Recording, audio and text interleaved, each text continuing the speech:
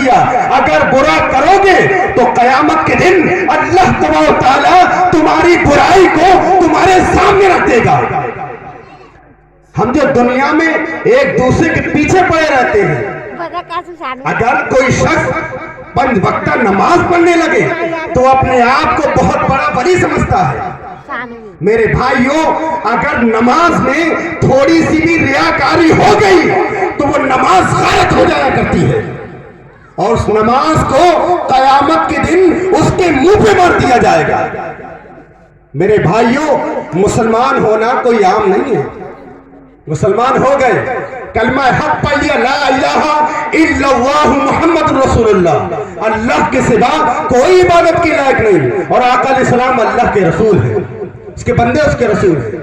یہ کلمہ تو پڑھ لیا، لیکن میرے بھائیوں، کلمے کی جو تقاضے ہیں، لا الہ الا اللہ، اللہ کے سوا کوئی عبادت کے لائق نہیں، اس پہ عمل کہاں ہے؟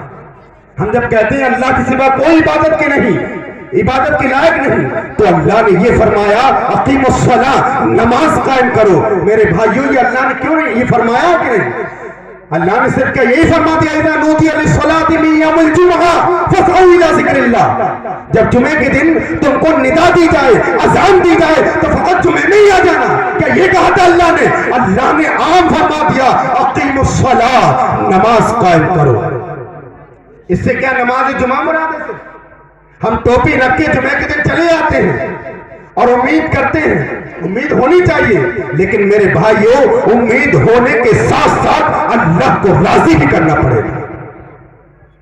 تو میں عرض یہ کر رہا تھا کہ کفار و مشرکین، یہود و نصارہ یہ کہہ رہے تھے کہ ہم کو عذاب نہیں ملے گا، اور ہم کو عذاب اگر ملے گا تو چند دنوں تک ملے گا، اور جنت تو ہمارے باپ کی ہے، جنت میں ہم داخل ہو جائیں گے۔ تو اللہ نے فرمایا کہ تمہاری جو جھوٹی خواہشیں ہیں، تمہارے جھوٹے جو وعدے ہیں، امیدیں ہیں، ان کو الگ رکھو۔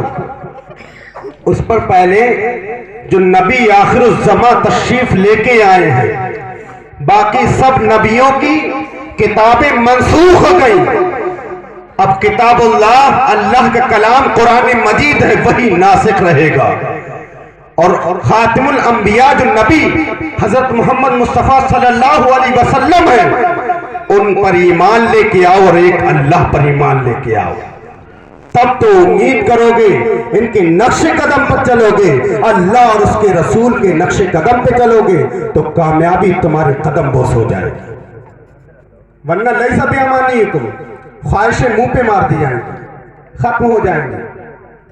جب یہ آیتیں نازل ہو گئی، آقا علیہ السلام نے پڑھ کے سنا دی، تو حضرت صدیق اکبر آقا علیہ السلام کی بارگاہ میں آئے اور عرض کرنے لگے، اے اللہ کے نبی صلی اللہ علیہ وسلم، ہماری نجات کیسے ہوگی؟ جبکہ بتا دیا اللہ نے ہر کام جو کیا جائے گا، جو برائی کرے گا تو اس کا ضرور بدلہ دیا جائے گا اس کو، تو نجات کیسے ہوگی؟ آقا علیہ السلام نے فرمایا، اے ابو بکر، تجھ کو اللہ بخشے، یہ سن، جو تم پہ بیماری آتی ہے، یہ تو اس صورت میں تمہارے جو گناہ ہوتے ہیں وہ ختم ہو جایا کرتے ہیں، بلا و مصیبت ہم پہ جو آتی ہے اس کے ذریعے اللہ تبارک و تعالیٰ گناہوں کو ختم کر دیتا ہے۔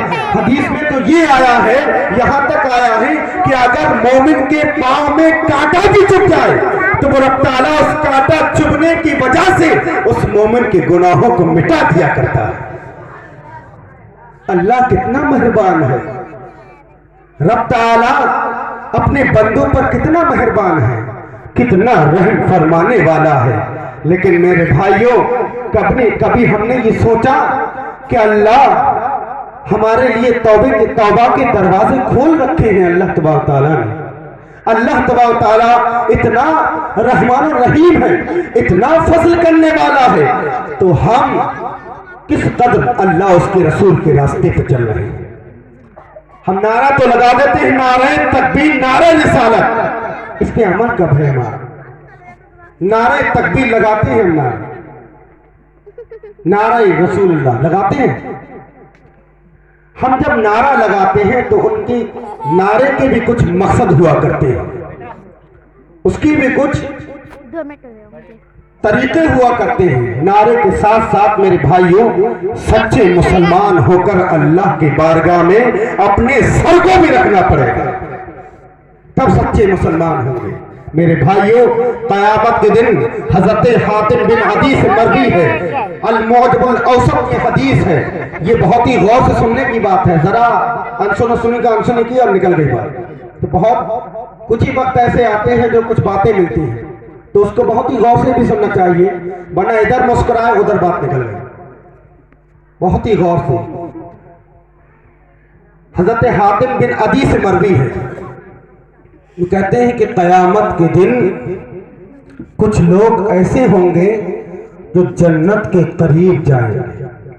جب جنت کے قریب پہنچ جائیں گے تو وہاں جنت کے قریب پہنچ کر وہاں اس کی خوشبو سونگھیں گے, اس کے محلات دیکھیں گے, جو اولیاء اللہ کے لیے جو نعمتیں اس میں رکھی ہیں وہ تمام